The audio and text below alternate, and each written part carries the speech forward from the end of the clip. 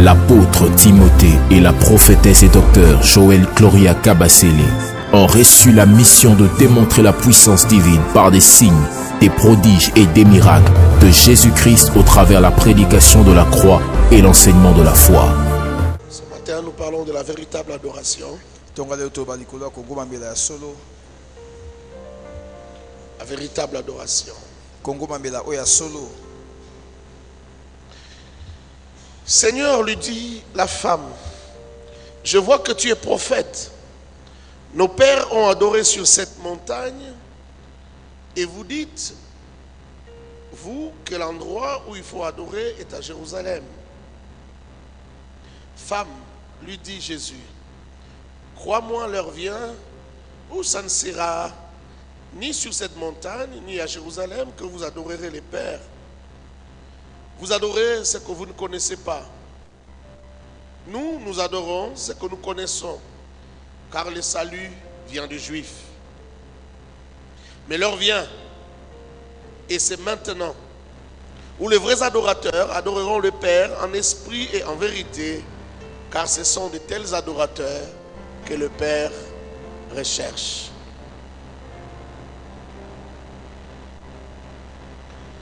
Dieu est esprit et il faut que ceux qui l'adorent en esprit et en vérité. Est-ce que nous pouvons lire avec toute l'Église? Est-ce que nous pouvons lire les versets 23 et 24 ensemble? 1, 2, 3. Mais l'heure vient, et il est déjà venu, où les vrais adorateurs adoreront le Père en esprit et en vérité, car ce sont là les adorateurs que le Père demande. 24. Dieu est esprit et il faut que ceux qui l'adorent en esprit et en vérité. En esprit et en vérité. En esprit et en vérité. Matthieu.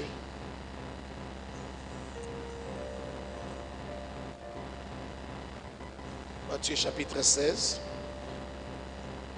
Nous allons lire ensemble à partir du verset 13. 1, 2, 3. Jésus étant arrivé dans les territoires des arrêts de Philippe, demanda à ses disciples, qui dit-on, moi, les fils de l'homme?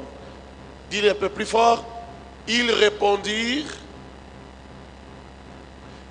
les uns disent que tu es Jean-Baptiste, les autres Élie, les autres Jérémie, ou l'un des prophètes.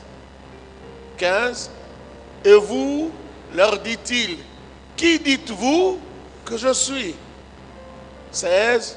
Simon-Pierre répondit, tu es le Christ, le Fils du Dieu vivant. 17.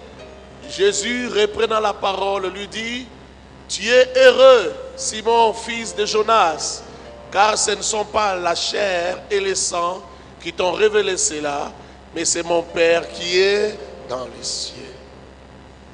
18. Et moi je t'ai dit que tu es Pierre, et que sur cette pierre je bâtirai mon église, et que les portes du séjour des morts ne prévaudront point contre elle. 19. Je te donnerai les clés du séjour des cieux, du royaume des cieux. Ce que tu lieras sur la terre, lieras sur la terre, sera délié dans les cieux. Une bonne main d'acclamation pour la parole de Dieu.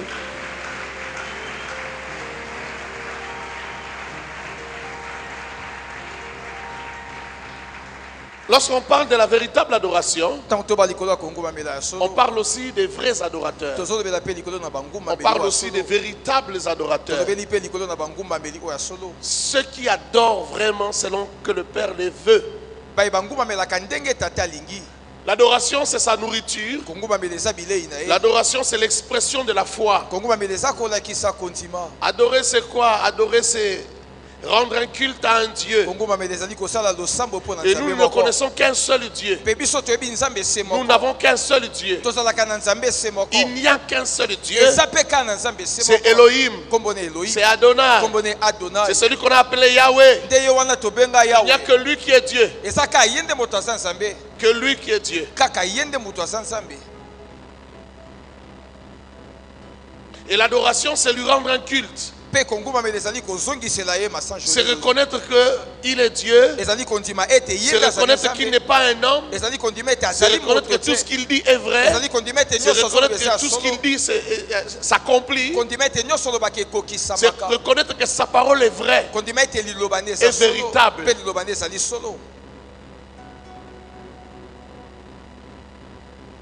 Il n'y a pas de culte sans offrande. Ces offrandes ici sont sous plusieurs formes. Il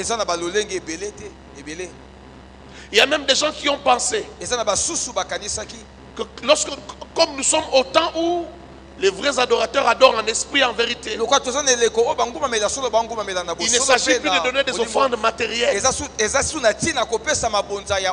Tout est en esprit. Il ne faut plus donner des offrandes matérielles, financières. Non, la Bible n'a jamais dit ça. Toute offrande est offrande. Toute offrande est culte. Si seulement ça répond à ces deux critères, en esprit et en vérité. En esprit ne veut pas dire que le matériel n'agit plus, n'est plus important, non. Parce que même quand tu adores en esprit, tu peux t'agenouiller. Lorsque tu t'agenouilles, ce n'est pas l'esprit qui s'agenouille, c'est le corps qui s'agenouille. Et c'est matériel. Est-ce que je parle à quelqu'un? Amen. Ton corps, il est matériel, il n'est pas spirituel. Tu es spirituel, mais tu es aussi matériel.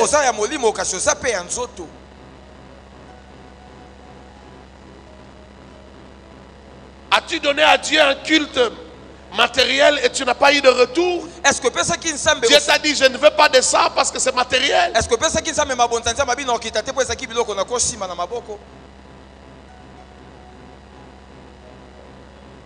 Tu as dit, Seigneur, pour te rendre un culte, je vais aller évangéliser. Je vais me sacrifier à marcher sous le soleil et aller parler de toi de porte à porte. Et Dieu t'a dit non, je ne prends pas plaisir à cette offrande-là. C'était déjà arrivé. Souvent nous parlons d'un Dieu que nous ne connaissons pas. J'entends souvent les gens dire, oh, la Bible dit ça, que la femme ne prêche pas. La Bible dit ceci. Est-ce que l'Esprit de Dieu t'a dit, t'a convaincu que c'est comme ça? Parce que Dieu parle jusqu'aujourd'hui. Si tu n'as pas compris ce que Paul a voulu dire, mais le Dieu qui a parlé à Paul est encore vivant. Je n'ai jamais entendu quelqu'un dire non, Dieu m'a dit que la femme ne doit jamais prêcher. Jamais. Et si je rencontre quelqu'un qui dit ça, je vais dire recommençons à prier. Et je sois sûr que ce n'est pas un démon qui t'a parlé.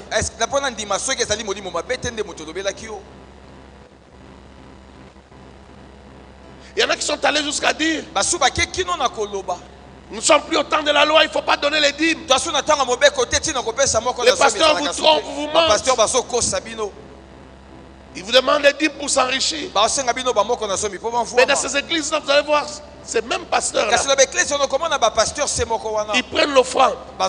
Ils font des collectes pour bâtir, pour faire ceci, pour acheter la parcelle de l'église. Mais ils font la même chose.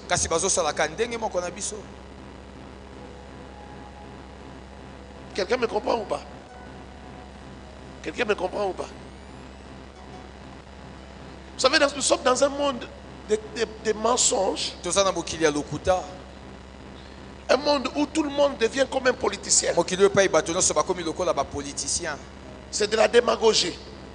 C'est-à-dire dire des choses Pour que tous les autres soient disqualifiés, que tu restes seul, qu'on accepte. Comme dans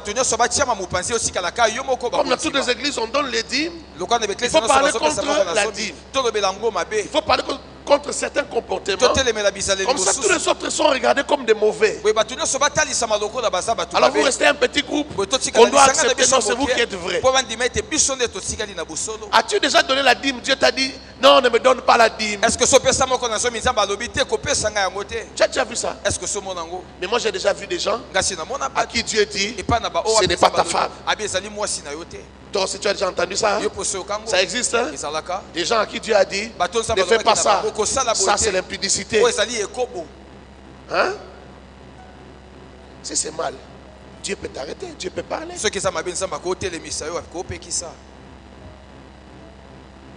Est-ce que tu crois que ça peut t'arriver? Que tu prends la décision de faire quelque chose et puis Dieu vient te voir la nuit pour dire ne le fais pas. Pourquoi c'est Dieu là qui dit des choses comme ça? Ne peut pas te dire aussi arrête de donner la dîme? Pourquoi quelqu'un qui veut aller vivre en Europe, Dieu lui dit non, ta vie n'est pas là-bas, ta vie est ici?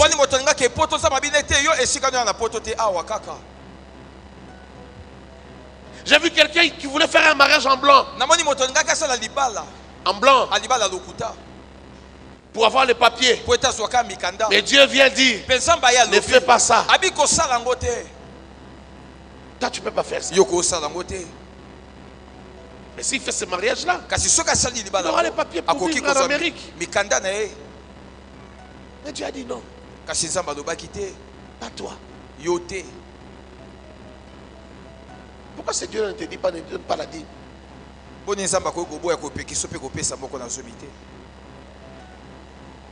Pourquoi ce prédicateur qui vous dit ça ne vous dit pas non, c'est Dieu qui m'a dit? Menteur. Menteur. Je répète encore menteur. Tu as vu la vie de celui qui donne ses dîmes, qui donne ses offrandes comme il se doit. Et la vie de celui qui ne donne pas les dîmes, qui ne donne pas les offrandes. Tu as vu Dieu les a bénis de la même manière. Tu crois? Et après 15 ans, tu as regardé encore. Après 20 ans, tu as regardé. Tu as regardé la fin de leur vie. Tu as regardé leurs enfants vivre. Il y a un autre moyen de voir comment les gens ont vécu au travers de leurs enfants. David a dit, j'étais jeune, j'ai vieilli, je n'ai pas vu un juste mendier son père, ni ses enfants. Hein? J'ai inversé. Il fallait dire quoi? Un juste abandonné et ses enfants mendiés. Donc même par les enfants, on peut savoir comment le père a. Est-ce que tu as regardé? Tu as regardé la fin? La véritable adoration. Laisse-moi te parler d'abord de la vérité. La vérité, c'est d'abord la parole de Dieu. La vérité, c'est d'abord Christ. Tu adoreras Dieu selon l'enseignement de Christ. Tu adoreras Dieu selon que Christ nous a appris à adorer Dieu. Tu adoreras Dieu selon l'évangile de Christ.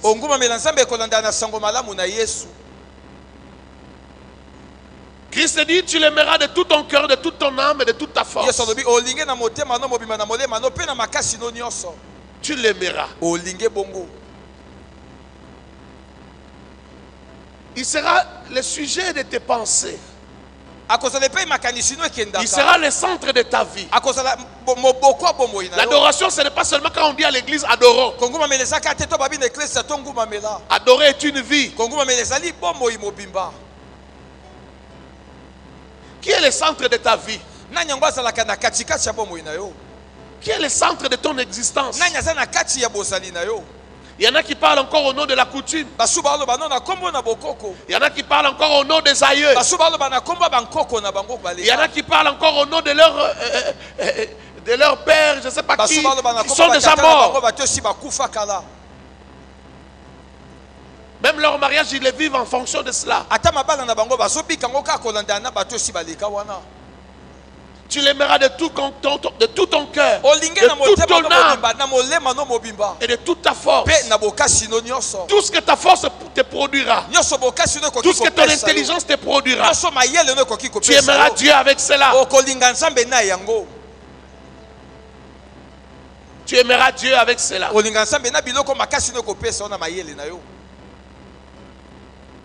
Tout en toi appartient à Dieu. Tu appliqueras ta force pour danser pour Dieu. Quand ton cœur l'aime, le corps va suivre, il n'y a pas de problème. Ce n'est pas compliqué, le corps va suivre. Parce que le cœur aime. Le cœur aime. Tu l'aimeras plus que tu n'aimes une femme. Tu l'aimeras plus que tu n'aimes un homme. Lorsque tu aimes un homme plus que tu n'aimes Dieu, c'est de l'idolâtrie. Même lorsque tu aimes tes enfants plus que tu n'aimes Dieu, c'est de l'idolâtrie. Lorsque tu penses à un homme plus que tu ne penses à Dieu, c'est de l'idolâtrie. Tout ce qui prend la première place devant Dieu, c'est de l'idolâtrie. Tout ce qui prend la même position que Dieu, c'est de l'idolâtrie. Rien ne peut être comme Dieu. Si ce que tu fais avec Dieu, tu appelles cela adoration, alors personne ne doit atteindre ce niveau-là. Même pas tes enfants, même pas tes parents. Personne dans ta famille ne doit avoir cette position-là. Si tu lui donnes cette position, c'est la position qu'on donne à Dieu. Alors ça devient de l'idolâtrie. Alors arrange-toi pour que Dieu soit tellement haut, tellement loin, que personne n'approche la position que tu donnes à Dieu. Si tu obéis à ton pasteur plus qu'à Dieu, c'est de l'idolâtrie. Tout ce que tu mettras à la même position que Dieu deviendra un idole pour toi. Est-ce que je parle à quelqu'un? Amen. Nous avons beaucoup d'idoles. Beaucoup d'idoles. Et parfois nous ne réalisons pas. Laisse que Dieu soit Dieu dans ta vie. Donc tu ne m'as pas entendu. Je dis laisse que Dieu soit Dieu dans ta vie. Et je vais ajouter laisse qu'il reste le seul Dieu de ta vie. Si Dieu reste le seul Dieu de ta vie, même si Dieu te prend un enfant, tu adoreras Dieu. Tu diras c'est Dieu qui m'a donné et il a pris. Tu adoreras Dieu. Tu sais que avoir des concubins, des concubines, des maîtresses, ce n'est pas bien. C'est contre la parole de ton Dieu. Tu le fais. Tu vis de cette manière-là. Et puis tu viens adorer. Tu n'as pas adoré.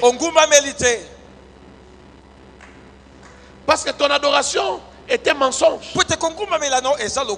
Ton corps te trahit. Ta conscience te trahit. Parce que tout ce que tu diras, ton corps, tes souvenirs contredisent cela. Quand tu diras Seigneur je t'aime, ton corps dira comment tu aimes Dieu et tu as fait ça hier. Tu n'as pas adoré en vérité. Tu n'as pas adoré en vérité. Tu dis Seigneur je te glorifie, je te bénis, je te loue. Seigneur tu es bon, tu es merveilleux. Tu m'as donné la vie. Alors que dans ton cœur tu as encore de la rancune. Tu n'as pas encore pardonné à tel. Tu n'as pas pardonné à tel autre. Ton adoration est fausse. Parce que ton cœur témoigne contre toi. Tu n'as pas adoré. C'est pas adorer en vérité. C'est une adoration fausse.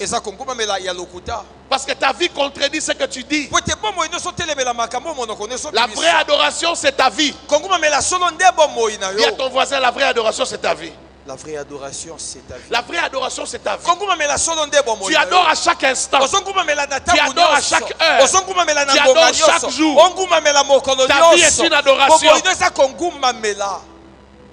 Et tu fais même adorer les gens. J'ai déjà entendu des gens dire d'une personne, Ah, so mukola suka oya kotilo la te. Ah ngana ko na ça nzambe que c'est pas normal, il faut ko taka lola.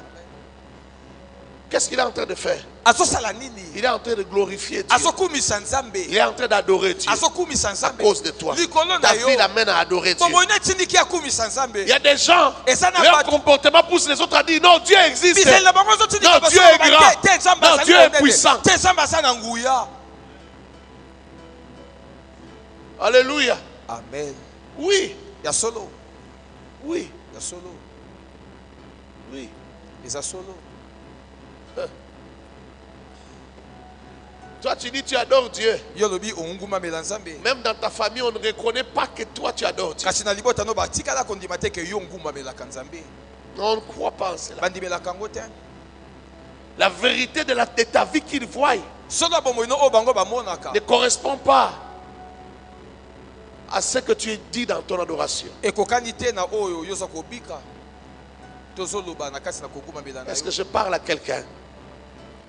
Est-ce que je parle à quelqu'un? La vérité. Adorer Dieu selon la vérité. C'est la vérité de ta vie. Comment tu vis? Parce que tout le monde ne peut pas adorer Dieu. Quand tu vis comme un païen, tu ne peux pas adorer Dieu. Parce que les païens ne peuvent pas adorer Dieu. L'adoration, c'est pour les enfants de Dieu. C'est pour les nés de nouveau. Parce que ne peut dire à Dieu ce qu'il est qu'un né de nouveau. L'adoration, ce n'est pas une copie. L'adoration, ce ne sont pas des phrases que tu imites.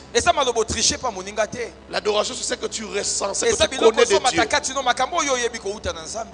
Ce que Dieu t'a fait connaître de lui. Au-delà même de ce que tu auras lu. Au-delà de ce que tu auras lu. Au-delà de ce que tu connais. L'adoration sortira de ta bouche. Souvent lorsque nous disons que nous adorons, certaines personnes à la première minute ils n'adorent pas encore. Ils répètent encore ce qu'ils connaissent. C'est peut-être à la 10e minute que l'adoration commence. C'est-à-dire lorsqu'il est vraiment dans la présence de Dieu.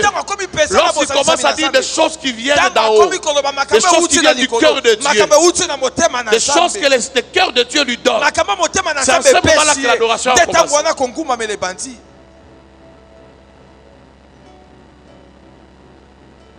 Adorer Dieu en vérité et en esprit. En esprit, ça veut dire quoi? C'est l'esprit qui adore. Ce n'est pas ta chair qui adore. Ce n'est pas poussé par le désir de la chair. Or, pour que ton esprit adore, il faut que tu sois esprit. Être esprit, c'est quoi? Lorsque tu donnes ta vie à Christ, tu es né de l'esprit. Et quelqu'un qui est né de l'esprit, la chair descend, l'âme aussi descend. Et c'est l'esprit qui prend le dessus. Un homme qui est charnel, c'est-à-dire qu'il est conduit par sa chair, il fait ce que sa chair lui demande. Ah, c'est une belle femme. Il faut que tu couches avec cette femme. C'est ce qu'il finira par faire.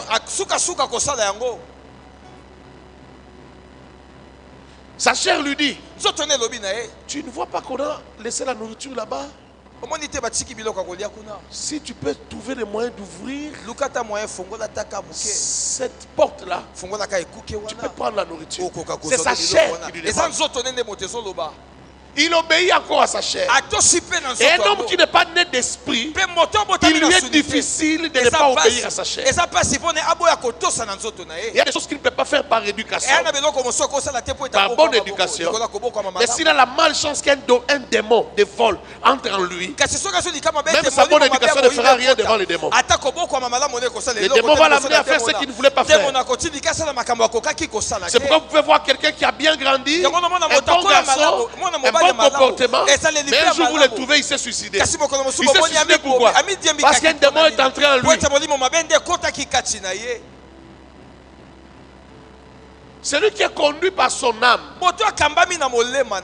c'est quelqu'un qui obéit encore au désir de son âme. Les caprices de son âme. Les caprices de ses émotions et de ses sentiments. C'est là que vous entendrez quelqu'un dire: je ne saurais pas vivre sans lui. Si Matthieu me laisse, je vais me suicider. Il dépend encore des sentiments de son âme. Son esprit ne peut pas prendre la décision d'être au-dessus. Il ne peut pas dominer sur son âme. Il est esclave de son âme.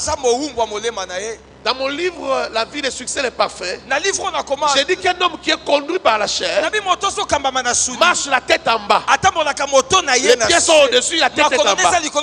Et un homme qui obéit aux caprices de son âme, c'est un homme qui rampe. Au lieu de marcher comme ça, les pieds en bas et la tête au-dessus, c'est un homme qui rampe. Non, l'homme n'a pas été fait pour ramper.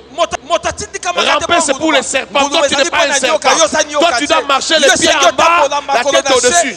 Frère, quand tu te sens dominé par ton âme ou par ta chair, pour faire ce qui est contraire à l'esprit de Dieu, faire ce qui est contraire à la vérité, bats-toi dans les jeûnes, dans la prière, dans la lecture de la parole, jusqu'à ce que ton esprit prenne le dessus.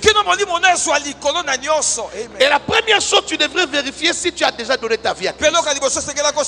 Parce que si tu as donné ta vie à Christ, tu es délivré. Tu es délivré du corps, de la chair et de l'âme.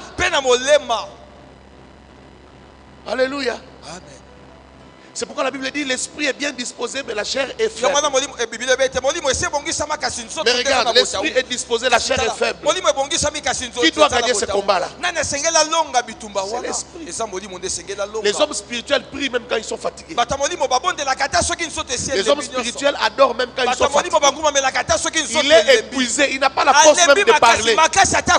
Mais avant de dormir, il se met quand même à genoux. Il commence à adorer. Et il y a des jours, malgré qu'il est exténué, lorsqu'il commence à adorer Dieu, son esprit se met en extase et entraîne son corps et son âme. Il reste à genoux pendant 2 heures. Et pourtant il était totalement fatigué. Est-ce que je parle à quelqu'un? Et lorsque son esprit sent un danger, parce que son esprit entend ce que le corps et la chair et l'âme n'entendent pas, son esprit peut l'amener à parler en langue, pendant 2 heures. Il parle la langue, il ne sait pas pourquoi il parle la langue, mais il sent le besoin de le dire. C'est un besoin qui n'est pas charnel. C'est pas comme le besoin de boire de l'eau. Ce n'est pas ce que la chair ressent. Ça c'est au niveau de l'esprit. Et il adore, il parle la langue. Il ne sait pas ce qu'il dit. Il ne sait pas pourquoi il parle la langue. Mais pendant qu'il parle la langue, son frère qui est en Amérique est sauvé d'un accident. Pendant qu'il parle la langue, son cousin qui est au village échappe à une morsure de serpent. Il est en train d'adorer un esprit. L'esprit a des informations que la chair n'a pas, que l'âme n'a pas, que le corps n'a pas. Est-ce que je parle à quelqu'un? Est-ce que je parle à quelqu'un? Lorsque tu adores en esprit, l'esprit te dira ce qu'il ne faut pas faire. L'esprit te dira ce qu'il ne faut pas dire. L'esprit va t'interdire. Tu viens de prendre une décision. Et pendant que tu es en train d'adorer, l'esprit va te dire non, tu dois rectifier. Ce n'est pas la bonne décision. Parce que lorsqu'on monte en esprit, on sait juger de tout. Répète ça. Répète encore. Lorsque tu montes en esprit, tu peux maintenant revisiter tout ce que tu avais pris comme décision. Ce que tu sentais à l'aise de dire, ce que tu trouvais normal. Au moment où tu montes en esprit, tu te sens mal à l'aise. Tu sens que ce n'est pas ça. On ne t'a pas dit. Tu n'as pas entendu une voix. Mais tu sens que ce n'est pas ça. Ce n'est pas ce qu'il faut. Parce que l'esprit capte autre chose. L'esprit est né de Dieu. Et c'est ton esprit qui te fait dire Abba Père. C'est ton esprit qui capte des choses d'en haut. Et lorsque tu adores en esprit, ton esprit va amener toute ta vie, tout ton être à t'éloigner des choses d'en bas.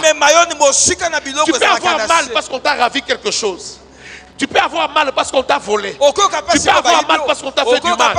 Mais lorsque tu es dans la présence de Dieu, lorsque tu montes dans l'adoration, ton esprit amène ton corps, amène ton âme à ressentir autre chose. Tu vois les choses autrement. Ta douleur part. Tu sens la joie d'appartenir à Dieu. Tu sens la joie d'être enfant de Dieu. Parfois même ton cœur est amené jusqu'au niveau de comprendre que tu devrais perdre cela. Ce que tu as perdu là, tu devrais le perdre. En réalité, tu n'as rien perdu. L'amour de Dieu est avec toi. L'amour de Dieu t'accompagne. Tu peux même savoir que tu as perdu parce que Dieu veut te faire du bien. Et tu vas sortir de ton adoration avec les larmes aux yeux. Pas les larmes de la perte parce que tu as perdu, non. Les larmes de joie parce que l'Éternel t'a réconforté. L'Éternel t'a consolé. L'Éternel t'a dit tu n'as rien perdu.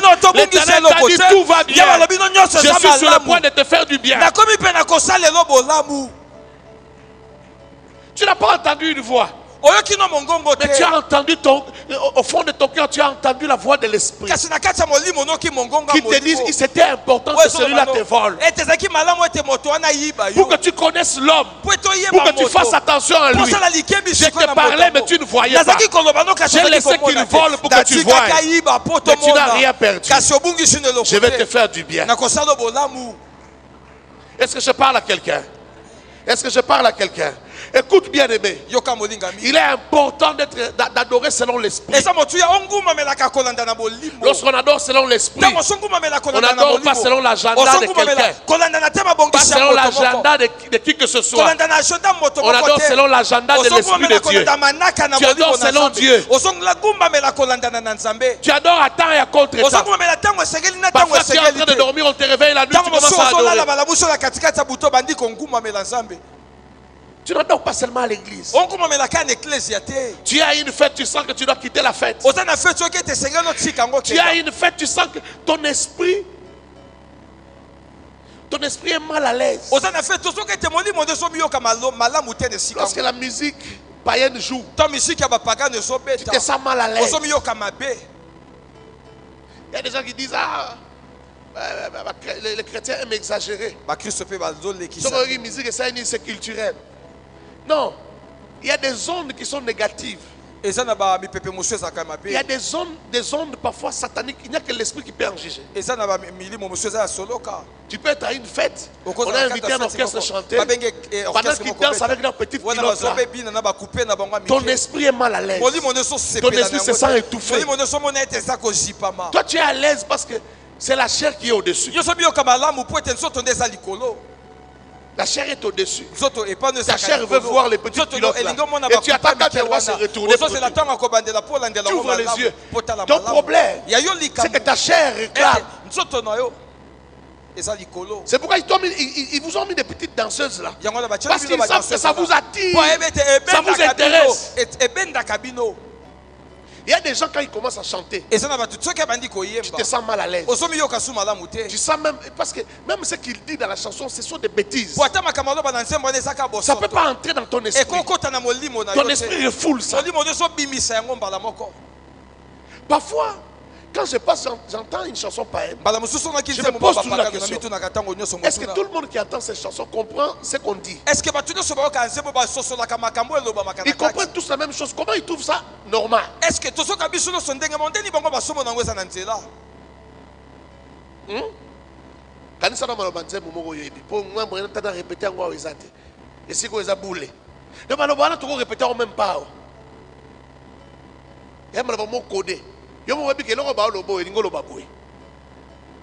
Mais nous sommes à l'aise. Ok, on a fait tant de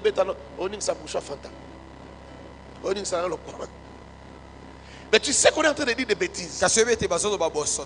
Comment ton esprit est tranquille? Ça suit ton esprit. Tu sais, quand tu as des pensées impures, ça suit ton esprit. Quand tu entends des choses impures, ça suit ton esprit.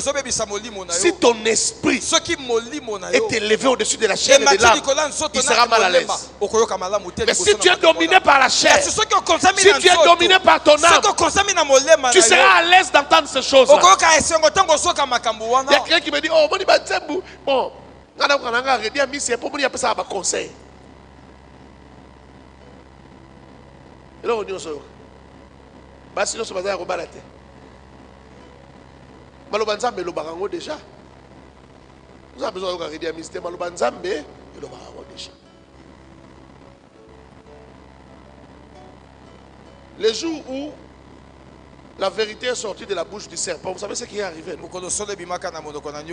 Elle va manger les fruits et a fait manger les fruits à son. Il y a des gens qui sont interdits de sortir la vérité de leur bouche. Amen. Comme le diable. La vérité dans la bouche du diable, c'est un mensonge.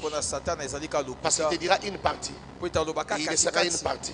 La partie qu'il a laissée là, c'est ce qui va te tuer. Est-ce que je parlais à quelqu'un? Amen. Adorer en esprit. Lorsqu'on adore en esprit, c'est ton esprit qui se connecte à l'esprit de Dieu. On nous l'a dit ici la semaine.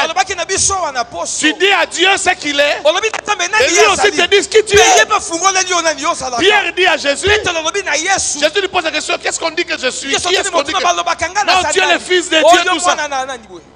Oh, Jésus lui dit, Pierre, ça, ce que tu as dit là, ce n'est pas la chair qui t'a dit ça. Tu es heureux, Simon Pierre, Simon fils de Jonas. Ce que tu as dit là, ce n'est pas un homme qui t'a dit, c'est mon père qui t'a dit. Est-ce que je parle à quelqu'un? Amen. C'est mon père qui t'a dit. Parce que la vraie adoration vient de Dieu. La vraie adoration est une révélation. Je l'ai dit ici le dimanche passé. La vraie adoration est une révélation. Tu aimais Dieu. Tu as toujours aimé Dieu. Tu as toujours lu ta Bible. Et ça te parle de l'amour pour Dieu. Mais lorsque tu adores, tu adores. Tu adores. Tu as la révélation de l'amour de Dieu. La manière dont tu adorais avant, tu aimais Dieu, change. Parce que tu comprends quelque chose. Un verset que tu avais dans ta tête, tu le comprends autrement. Tu le comprends dans une autre dimension. Tout change. Il dit, tu es heureux. Tu es heureux. Tu es heureux. Simon, fils de Jonas. C'est pas la chair, c'est pas le sang qui t'ont révélé ces choses. Mais c'est mon père. Lorsque tu adores en esprit, tu entres dans une autre dimension. Tu as la révélation qui te permet de vivre et qui te permet aussi de vivre les récompenses, les tendresses, les bontés de Dieu. Il dit à Simon, toi tu es pierre, et sur cette pierre je bâtirai mon église. Tu es pierre, c'est face, mais sur les rochers, c'est-à-dire la parole que tu as déclarée, sur cette parole que tu as déclarée, je bâtirai mon église. La révélation que tu viens de donner, c'est sur ça que je bâtirai mon église.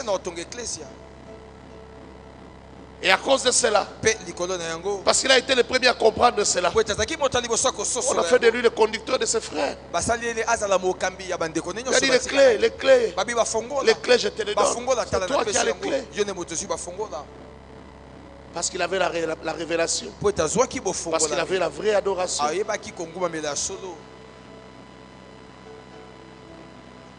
L'adoration, c'est une vie. Ce n'est pas un chant. Ce ne sont pas des paroles.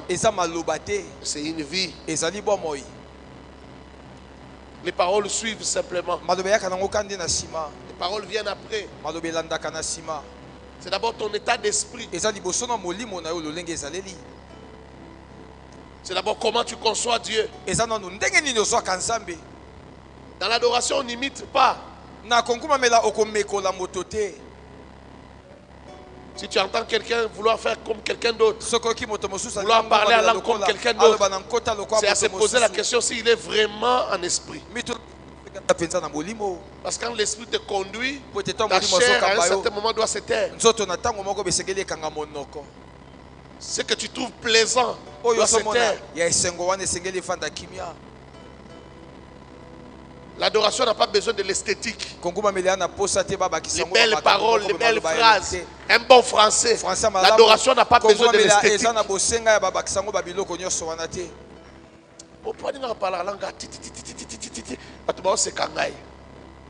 On nous changer.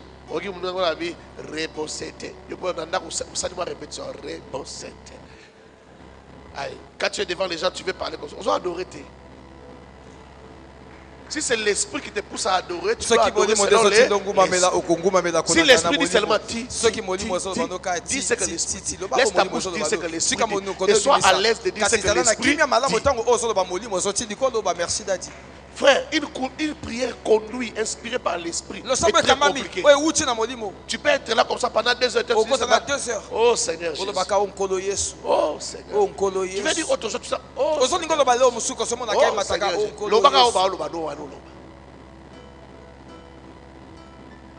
Un jour on priait. L'église a fait encore quelques mois. On a prié, l'onction nous a saisis. On s'est séparés. On prie avec une fille qui s'appelait Claude. Je ne sais pas ce qu'elle est devenue, ça fait des années, ça fait maintenant à peu près 20 ans. Claude est rentré à la maison. Elle pleurait quand on priait. Elle était en extase. Et elle s'est calmée. Lorsqu'elle est arrivée à la maison, elle a trouvé les gens à la maison.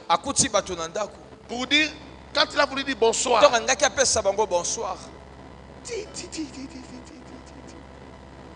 le bonsoir ne sortait pas. Et elle a parlé la langue pendant un petit moment. Et puis elle a commencé à dire Jésus. Frère, toute la nuit elle faisait que dire Jésus. Tu vois l'adoration de l'esprit. Quand l'esprit veut s'exprimer, parfois il ne dit pas beaucoup de mots. Jésus. Les larmes coulaient. Elle disait que on est venu. Ils ont supporté jusqu'à minuit, ils sont venus nous chercher. Qu'est-ce que vous avez fait à Claude? Depuis que Claude est là, elle n'arrive pas à dormir, elle n'a pas mangé, elle fait que dire Jésus, et les larmes coulent. Pendant des heures, elle ne faisait que dire Jésus. Nous sommes allés là-bas, nous avons prié pour elle. Elle s'est calmée. Vous savez, parfois même, serviteur de Dieu, écoutez-moi, lorsqu'on vous demande de prier pour que la personne se calme, parfois il faut refuser de calmer la personne. Parce que vous ne savez pas ce que Dieu veut faire. Peut-être qu'il faut qu'elle adore comme ça, jusqu'à ce que ça va s'arrêter soi-même. Parce qu'il y a un besoin de Dieu pour lequel elle est en train de prier. Parce que c'est le désir de l'esprit qu'elle prie. Et c'est poussé par l'esprit.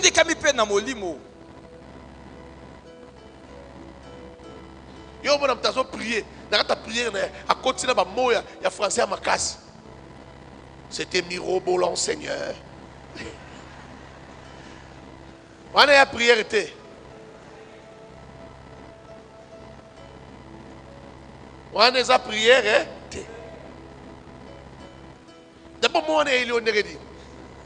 Dans le baraboui, dans la conversation courante comme ça, bah moi on est au Zarangote. Si on m'appelle sur le micro, les frères vont prier pour clôturer cette rencontre. Tu dis, oh Seigneur. On y pas mot. On dit magnificence et amouké. On dit grandeur et amouké. Quand je regarde la grandiosité, l'immensité. Tu ne regardes rien, tu ne vois rien. Tout ce que tu vois, ce sont les mots dans les dictionnaires. C'est ce que tu vois. Dieu n'est pas dans cette prière-là. Dieu n'a rien à voir à ça. Tu sais la vraie prière. Quand toi tu fais tout ce théâtre-là. Quand je vois la grandiosité, tout ce sérieux que tu fais là. Ça va être une aventure. Quand tu fais tout ça, la vraie prière que Dieu entend, c'est celle-ci. Vous qui m'écoutez, est-ce que vous voyez comment moi je parle français? Est-ce que vous entendez comment je parle? On n'a pas les mêmes niveaux. On ne va pas à l'école pour rien. Ce n'est pas comme vous quand vous priez. C'est comme si tu discutes avec une maman de chez quoi. Moi quand je prie, je dis des mots, je les classe. C'est ça la vraie prière. Parce que c'est ce qu'il y a derrière ta prière. Tu t'adresses à quelqu'un, tu parles aux gens, mais tu ne parles pas à Dieu. Dieu n'a pas besoin que tu dises grandiosité. Dieu a simplement besoin que tu dises ce que l'Esprit t'a poussé à dire. Même quand tu dis seulement Jésus, c'est Jésus là, ça suffit. Quand tu dis je t'aime là, ça suffit. Dis-lui ce que tu ressens. Dis-lui ce que l'Esprit te fait sentir. Dis-lui ce que l'Esprit te communique.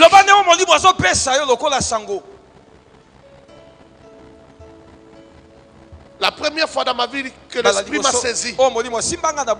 L'Esprit m'a saisi. J'avais 16 ans. On était en prière avec des ouvriers. À notre église où on priait. C'était des choristes. La prière des choristes la nuit. Quand l'Esprit m'a saisi, j'ai commencé à pleurer. J'ai commencé à pleurer. J'ai commencé à pleurer. Et j'ai commencé à dire des choses que je n'avais pas prévu de dire. J'ai dit, Seigneur, pardonne-moi. Je te donne ma vie. Je te donne ma vie. À partir de maintenant, je ne vais plus rentrer dans les mondes. Je ne vais plus faire tout ce que je fais. Je te donne ma vie. Conduis-moi. Je ferai ce que tu voudras. Frère, personne. Pourquoi ma bouche dit ces choses-là? Parce que c'est ce que je capte. Ce sont les ondes que j'ai captées. Seigneur, je me laisserai conduire par toi. Et je n'ai pas oublié les choses que j'avais dit ce jour-là. Ça fait aujourd'hui beaucoup d'années. Mais je n'ai pas oublié. Je n'ai pas oublié. Je lui ai dit, Seigneur, j'irai là où tu m'amèneras. Partout où tu voudras que j'aille, j'irai. Je ferai ce que tu voudras. Je me marierai si tu veux. Si tu ne veux pas que je me marie, je ne me marierai pas. Si tu veux que j'ai des enfants, gloire à Dieu. Si tu ne me donnes pas des enfants, gloire à Dieu. Si tu ne me donnes que des garçons, gloire à Dieu. Si tu ne me donnes que des filles, gloire à Dieu. Tout ce que tu voudras, c'est ce que je ferai. Alléluia. Tout ce que tu voudras, c'est ce que je ferai. Frère, écoute-moi. Si l'Esprit te saisit, si c'est par l'Esprit que tu parles, si c'est par l'Esprit que tu pries, tu diras des choses que tu n'as pas prévues de dire. Seigneur, je ferai ta volonté. Seigneur, je ferai ce que tu voudras. Je ne savais même pas qu'il m'appelait au ministère. Mais après, quand j'écoute ce que moi-même j'avais dit, je comprends que je parlais déjà du ministère. Mais je ne savais pas. Mais l'Esprit savait. L'Esprit savait. L'Esprit savait. Oh, adore Dieu en esprit et en vérité. Laisse Dieu te conduire pour l'adoration. Que tout ce qui respire loue l'Éternel. Tout le monde peut louer Dieu. Mais ne peut adorer Dieu que les nés de nouveau, ceux qui sont convertis, ceux qui sont nés d'esprit, ceux qui écoutent la voix de l'esprit, ceux à qui l'esprit parle. Si l'esprit ne te parle pas, tu n'adoreras pas. Un vrai adorateur, il sera épargné d'un malheur, d'un accident, parce qu'il entend Dieu. Lorsqu'on adore, on entend Dieu. L'Esprit peut te dire aujourd'hui ne sors pas. Le Dieu que tu as adoré la nuit avant de dormir, dans ton sommeil tu peux voir un songe qui te dit ne sors pas. Et même quand l'Esprit te montre quelque chose, l'Esprit te dira ce qu'il faut faire. Il y a des gens, parfois Dieu lui montre les problèmes, mais Dieu ne lui dit pas ce qu'il faut faire. Et il manque la sagesse d'aller de chercher quelqu'un qui a l'Esprit de Dieu qui peut l'aider à savoir ce qu'il faut faire. On a appris. C'était à Matadi. Vous voyez les routes de Matadi. Comment certains quartiers sont. La route est au-dessus. La maison est en bas là-bas.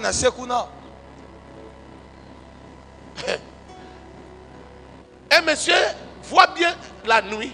Il a fait un accident et il est mort. Alors le matin il dit je ne vais pas sortir. Je ne vais pas sortir. Il prie juste un peu. Il s'assoit. Il dit non, je ne veux pas rester au salon. Je vais rester dans la chambre. Je vais être vraiment. Il ne faut pas que le mal m'arrive. Il a ouvert la fenêtre de la chambre. Et il a commencé à lire sa Bible. Il ne faut pas croire que le diable a peur de la Bible. Les gens qui ne connaissent pas Dieu pensent que la Bible, le diable a peur de la Bible. Il y en a même qui dorment, ils mettent ça sous l'oreiller. Ça change rien. Tu peux mettre la Bible sous l'oreiller, mais tu fais des cauchemars. Pendant qu'il lisait sa Bible, au lieu de chercher des gens qui pouvaient prier pour lui, au lieu de chercher. Vous pensez que Dieu a institué des conducteurs pour rien? L'église est là pour rien. Pendant qu'il lisait sa Bible, un véhicule qui passait sur la route, les pneus sautent. Et les pneus sautent, bondit, entre dans la parcelle et ça bondit à la fenêtre. La fenêtre n'avait pas d'antivol. Fenêtre en bois. Et bizarrement, vous savez, quand la mort doit arriver, même un papier, si ce papier te compte, tu vas mourir. Quand la mort doit arriver, d'ailleurs, de toute manière, les Kinois comprennent ça. Tu vois, le Kinois qui dit, on a lié, on a famille, on a un problème. Parce que si on va lié, attends, frère, le pneu a sauté, le pneu est entré, le pneu a cogné, c'est papa là. Il est mort dans la chambre. Les gens ne savaient même pas qu'il était mort. Le mal est quand même arrivé, malgré qu'on l'avait averti. Dis à ton voisin, sois spirituel. Sois spirituel. Dis-lui, c'est pas méchant de lui dire, répète encore, sois spirituel. Sois spirituel.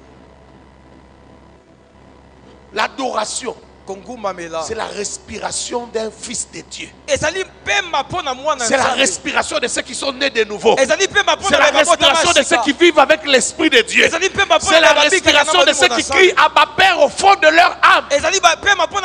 Tout un cri Abba Père. C'est leur respiration, l'adoration. Quand il n'a pas adoré, c'est ça qu'on a l'air. Il y a des gens, quand il n'a pas adoré, il sent un vide. Il se promène, il sent comme un vide dans lui. Chaque jour, il doit remplir ce vide-là. C'est pourquoi tu entends quelqu'un dire je sens le besoin de prier. Parce qu'il sent un vide. Et il a déjà compris que ce vide-là ne se remplit que quand il adore. Il ne se sent pas bien, il se sent léger. Il sent comme s'il n'est pas bien habillé. Comme si quelque chose lui manque, il se sent léger. Ce qui fait sa lourdeur, son poids, son cabote. C'est la présence, la gloire qui les remplit lorsqu'il adore. Que l'Éternel bénisse sa parole. Que l'Éternel te bénisse abondamment.